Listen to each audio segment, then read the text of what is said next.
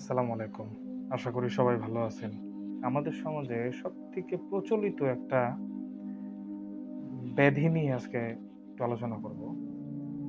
বিষয়টি হচ্ছে যে আমাদের আসলে বর্তমান সমাজে আমরা ব্যক্তিগত ইসলাম নিয়ে অনেক বেশি সচেতন। আবার কিছু লোক, গোত্র বা দল আছে তারা রাষ্ট্রীয় ইসলাম নিয়ে অনেক বেশি সচেতন। কিন্তু সামাজিকভাবে যে একটা ইসলামিক দায়িত্ব আছে, যেখানে সমাজের মধ্যে পরিবার, প্রতিবেশী, পাড়া, মহল্লা বা সমাজের যে কুসংস্কার, ব্যাধি আছে এগুলো দূর করা দরকার। এগুলো নিয়ে আসলে কেউ কোনো কথা বলে না। রাস্তায় চলাচল করার সময় অনেক সময় রাস্তার গাড়ি রোধ করে ফেলা হয় আটকিয়ে। আপনার সামনে কিছু মা মাদ্রাসার ছেলেপেলে আসবে, কিছু মুসল্লি মুতাওয়াল্লি এই টাইপের লোকজন আসবে অথবা অনেক সময় মাইক দিয়ে ওয়াজ করে মসজিদের জন্য টাকা কালেকশন করা হয়।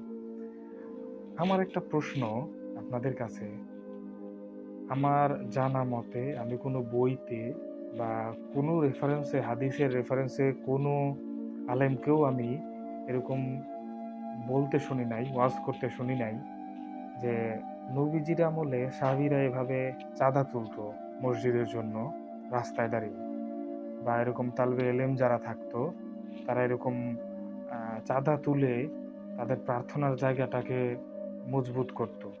আপনি দেখেন আগেকার দিনে কিন্তু মুরব্বীরা এখনো বলেন যে আগে মসজিদ ছিল কাঁচা কিন্তু মুসল্লি ছিল পাকা। আর এখনকার সমাজে মুসল্লি কাঁচা কিন্তু মসজিদ পাকা, টাইলস করা। মসজিদ ২ তলা, ৩ তলা, ৪ তলা করতে হবে। আচ্ছা ভাই, কেন এই কাজটা করতে হবে আমাকে একটু বলেন তো? কেন আমাকে মসজিদ ৩ তলা, ৪ তলা করতে হবে? শুধু জুম্মার নামাজের সময় জায়গা হয় না এজন্য?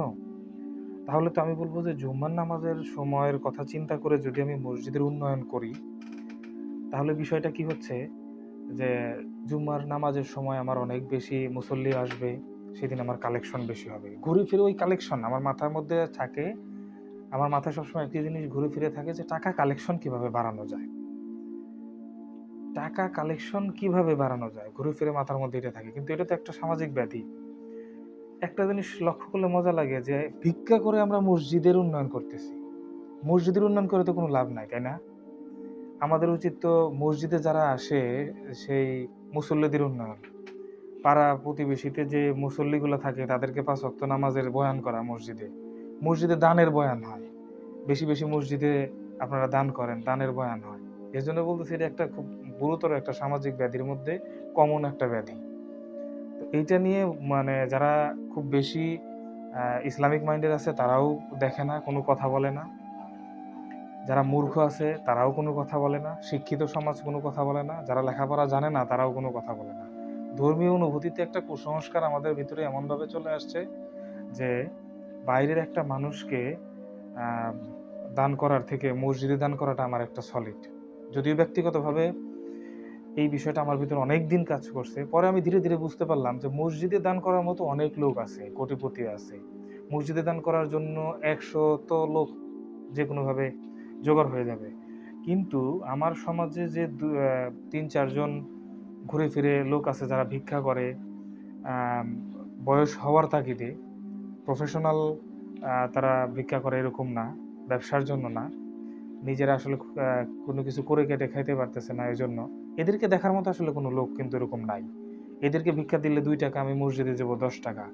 অথচ মসজিদের ক্ষেত্রে এটা কোনোখানে বলা নাই যে আপনি মসজিদের উন্নয়ন এরকমভাবে করেন। আমি বলতেছি না যে না মসজিদের উন্নয়ন করা যাবে না। মসজিদের উন্নয়নের বিপক্ষে। হ্যাঁ? তো ভিডিওর কাট পিস করে দেখা যাবে যে মসজিদের বিরুদ্ধে কথা বলতেছে একজন মানুষ, দাড়ি টুপিওয়ালা, সে তো গাফেল হয়ে গেছে। এইটা আবার দেখা যাবে রোস্টিং হবে, মানে ভিউ বেড়ে যাবে তাদের। আমার মেইন কথাটা হচ্ছে যে আপনার তো এটা জরুরত না যে ৪ তলা, ৫ তলা, ৬ তলা বিল্ডিং করা মসজিদের জন্য। আপনার এটা শুক্রবার ছাড়া ভরতেছে না। আচ্ছা, আমার একটা প্রশ্নের উত্তর দেন তো, ঈদের সময় আমরা ঈদের নামাজ পড়ি। এখন ঈদগাহ আছে অনেক। অনেক সময় খেলার মাঠের মধ্যেও ঈদগাহ হিসেবে করা হয়। আগেকার দিনে ঈদগাহ থাকতো। সেদিন আর ওই জামাতটা মসজিদে হতো না। ঈদের জামাতগুলো ঈদগাহে হতো। এখন ঈদের জন্য, ঈদের যে মা মানুষ হবে, ঈদের সময় নামাজের জন্য যে মানুষ হবে, এর জন্য কি কেউ মসজিদ বানায় এত বড় করে যে আমার মসজিদেই যাতে ঈদের মানুষজন যা আসবে সব হয়ে যাবে? ওই বাজেটে কিন্তু কেউ যায় না। তাহলে কেন আমরা জুম্মার নামাজের জন্য যাই? তার মানে কি আমি প্রমোট করতেছি না আল্টিমেটলি যে না, জুম্মার নামাজের সময় মানুষজন ছাদের নিচে দাঁড়া নামাজ পড়বে, রোদ যাতে না লাগে, এজন্য আমার মসজিদটা বড় করা দরকার। আমি জুম্মার মুসল্লিদেরকে প্রমোট করতেছি, তাদের কথা চিন্তা করতেছি, কিন্তু ৫ ওয়াক্তিয়া নামাজের জন্য যে মুসল্লিগুলো তাদের জন্য আমি কোনো চিন্তা করতেছি না। আমার ৮, ১০, ১৫ কাতারের লম্বা একটা মসজিদ যদি থাকে, ১৫ কাতার দাঁড়ানো যায়, ১০০ জন করে একেকটা কাতারে, দেখা যায় আমার ২ কাতারই ভরে না ওয়াক্তিয়া নামাজে। ফজরের সময় তো আরও করুন। অনেক মসজিদ আমি দেখছি যে যারা মসজিদের মোতাওয়াল্লি, মসজিদ কমিটি, তাদের ১ জন ২ জন আসে আর মুয়াজ্জিন এবং ইমাম থাকে। অনেক সময় মুয়াজ্জিন আর ইমামও নামাজ পড়ে ফেলে। তো আমাদের যেটা উচিত, মসজিদ না বানিয়ে মানে এত উন্নয়ন না করে মানুষের ইমানের উন্নয়ন করা। আমি অনেক জায়গাতে এরকম দেখছি যে ১ কিলোমিটারের ভিতরে ৩টা ৪টা মসজিদ। আমার ধারণা যে তারা হয়তোবা মহল্লা, গ্রাম এরকম একটা ইগো কাজ করে তাদের ভিতরে যে আমাদের পারিবারিক সমস্যার কারণে, বংশীয় সমস্যার কারণে আমরা আলাদা একটা মসজিদ বানিয়ে নিলাম। ভাই, মসজিদ যদি আপনি বানাইতে চান, আল্লাহ তাআলা মসজিদ বানালে আপনাকে জান্নাতে ঘর দিবে বা বিভিন্ন কিছু। খুবই ভালো।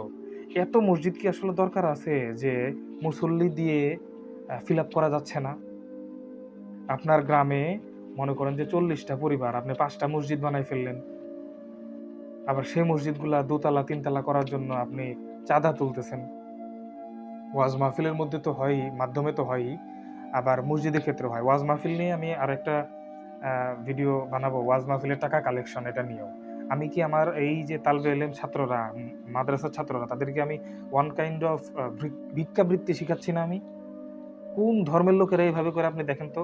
ইসলাম ধর্ম ছাড়া কোন ধর্মের লোকেরা এভাবে তাদের আম উপাসনালয়কে এরকম গর্জিয়াস করানোর জন্য, সাজসজ্জা করানোর জন্য এরকম করে টাকা তোলে? আপনি তো মোরালি তাদেরকে নষ্ট করে দিচ্ছেন। মোরালি তাদেরকে নিচু বানায় ফেলছেন। ইসলাম কি এরকম নিচু জাতি? মুসলমান কি এরকম নিচু জাতি? মুসলমানের ইতিহাস পড়েন আপনারা। আমাদের সমাজে একটা সমস্যা হচ্ছে যে আমরা ৫ ওয়াক্ত নামাজ যদি ঠিক মতো পড়ি, মসজিদের মুতাওয়াল্লি হই, এনাফ। আমার একটু টাকা পয়সা আছে, আমি মসজিদ কমিটির সদস্য।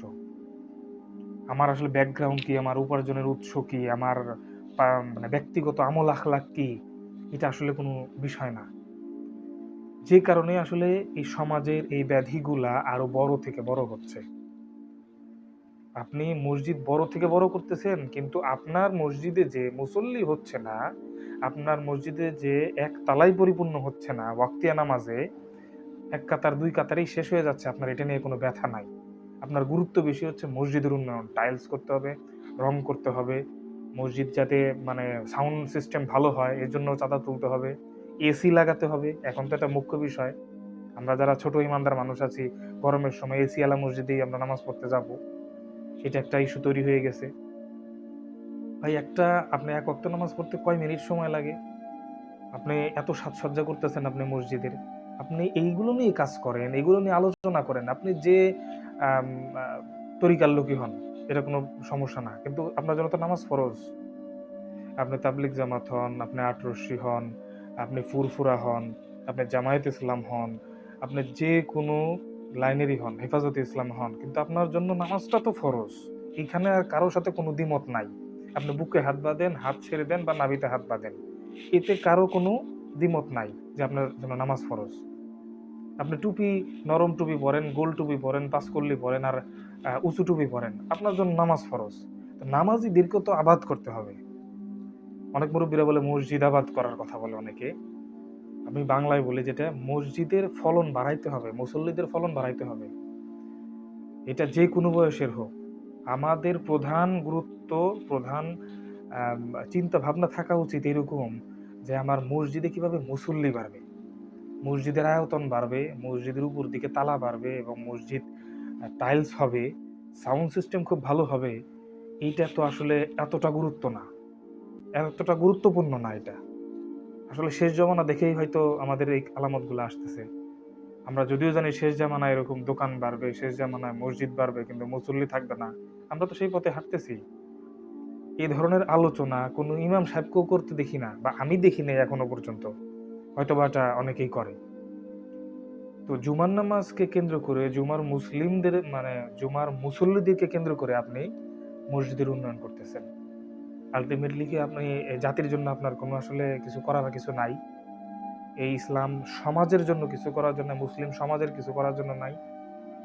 আমরা বেশিরভাগই আলোচনার মধ্যে দেখি ব্যক্তিগত ইসলাম চর্চা, ব্যক্তিগত ঈমান বাড়ানো এবং ব্যক্তিগত ইসলামের যে দায়িত্ব কর্তব্য আছে এগুলো নিয়ে সবসময় আলোচনা চলে। ওয়াজ মাহফিলে এরকম চলে। আরেকটা আলোচনা চলে রাষ্ট্রীয়ভাবে কিভাবে ইসলাম পরিচালনা করা যায়, ইসলামিক ওয়েতে কিভাবে দেশ চালানো যায়। মাঝে কিন্তু বড় একটা গ্যাপ আমার রয়ে গেছে।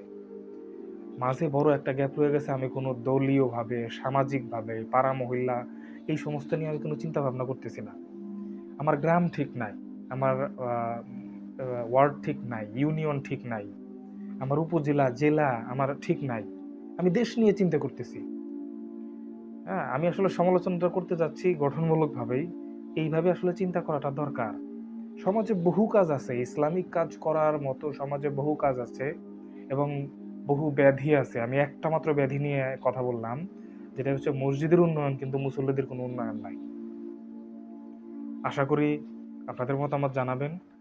আর অন্য কোনো টপিক নিয়ে, অন্য কোনো ব্যাধি নিয়ে আলাদা আলাদা করে কথা বলবো ইনশাল্লাহ। তবে যদি আপনি পরিসংখ্যান ভিত্তিক চান, জরিপ ভিত্তিক চান, হাদিস কোরআনের রেফারেন্স ভিত্তিক চান, আমি এটা দেব না।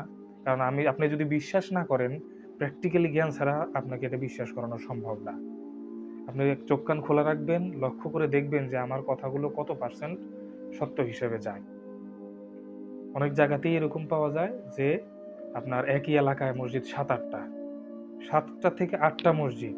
এটা আপনি বুঝতেই পারবেন, কারণ আপনি যে এলাকায় বসবাস করতেছেন আপনি গুনে দেখেন যে কতগুলা মসজিদ, এক একটা মসজিদ কয়তলা, তার ধারণ ক্ষমতা কতখানি, তার 20% আসে কিনা এটা লক্ষ্য রাখবেন।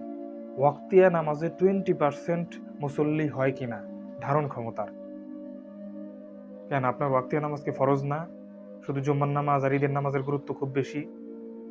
জুমার নামাজের সময় গোসল না করলে অনেকে নামাজ পড়তে যায় না। ভাই, গোসল কেন দরকার নামাজের জন্য, ফরজ গোসল ছাড়া? এইগুলো নিয়ে তো কোনো আলোচনা হয় না। ওয়াক্তিয়া নামাজে কি আপনি প্রত্যেকবার গোসল করতেছেন? জুমার নামাজের জন্য আপনাকে গোসল করতে হবে, গোসল করতে যায় অনেকে খুতবা মিস করে ফেলে। এইগুলো নিয়ে কোনো আলোচনা হয় না। সামাজিক ব্যাধিটা দূর করার জন্য টপিক ওয়াইজ আমাদের ইসলামিক স্কলারদের আলোচনা করা দরকার। ইসলামিক স্কলার কারা? যারা ওয়াজ করেন, মাইকের সামনে বক্তৃতা দেন, আমরা যাদেরকে ইউটিউবে দেখি বক্তৃতা দিচ্ছেন, এরা ওয়ান কাইন্ড অফ মোটিভেটর। বাংলাদেশে অনেক মোটিভেশন করে এরকম লোক আপনি পাবেন, মোটিভেটরদেরকে পাবেন, তারা মোটিভেশন স্পিচ দিচ্ছে। এরা হচ্ছে ইসলামিক মোটিভেটর। এছাড়া তো এদের আর কোনো ব্যাখ্যা নাই। ইসলামিক মোটিভেটর এরা। কিন্তু মোটিভেট কি সে করতে পারতেছেন আপনি? আপনারা যে এত বক্তব্য দিচ্ছেন, সমাজের ব্যাধি দূর হচ্ছে কি? কজন মানুষ মোটিভেট হচ্ছে? আপনারা আপনাদের মতামত জানাবেন।